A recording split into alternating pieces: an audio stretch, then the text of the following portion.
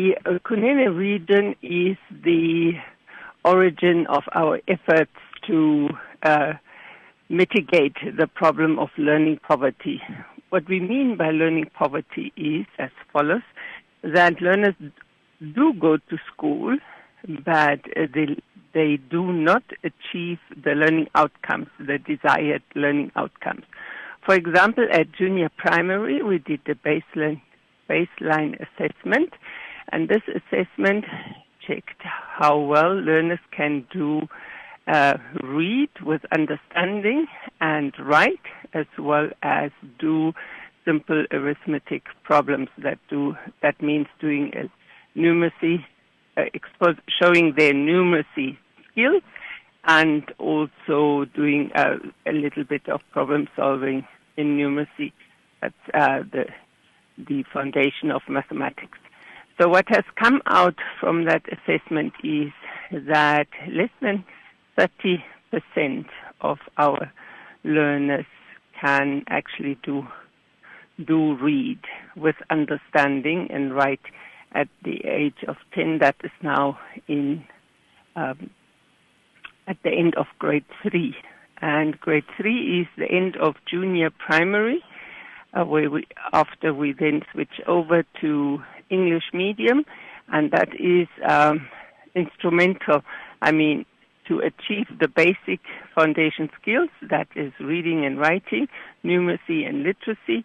And if these are not mastered at that stage, there is a serious backlog, and that is what is referred to as learning poverty. So our campaign launch today is aiming at creating the awareness of this problem, because only if we are aware of a problem, then we can solve the problem. Now, what specific interventions are being discussed or launched during this campaign to tackle learning poverty in Namibia?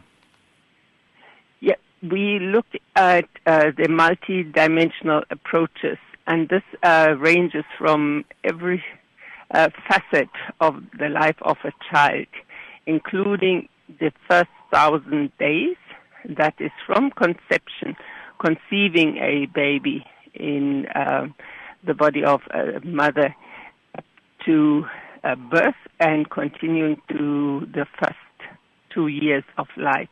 So that's referred to as the first 1,000 days. And it is research proven that during that time, there are very important developments, brain developments happening in the life of a child. And if these developments are not supported with the necessary elements from nutrition, care, support, safety, security, good health, then there are gaps further on. To put it the other way around, an ideal early childhood yields better results. So the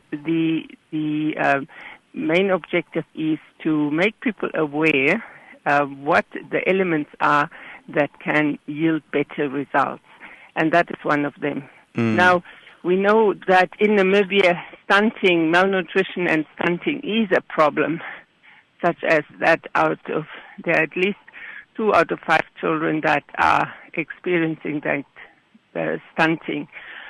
Or we also say 25% of children in Namibia are affected by malnutrition and stunting. And that is, of course, one of a large problem, and that's where the ministry has embarked upon expanding school feeding to ECD centers.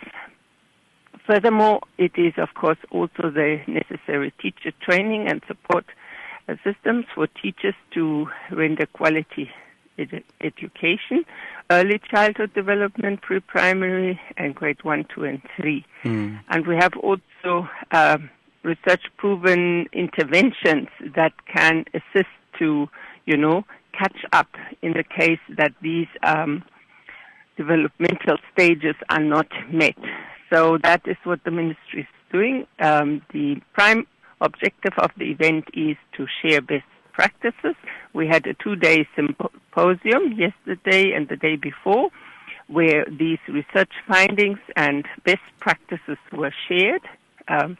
And today is the official launch of the campaign of raising awareness for the problem, and therefore also creating a conducive environment for all the interventions that the ministry is working on. Yeah. Well, Edda Bohn, let me thank you so much for coming through and for speaking to us here on The World at 6 this morning. Yeah, we can speak more often and keep each other informed. Thank you so much, and thank you also to the listeners. Thank you very much, and all the best.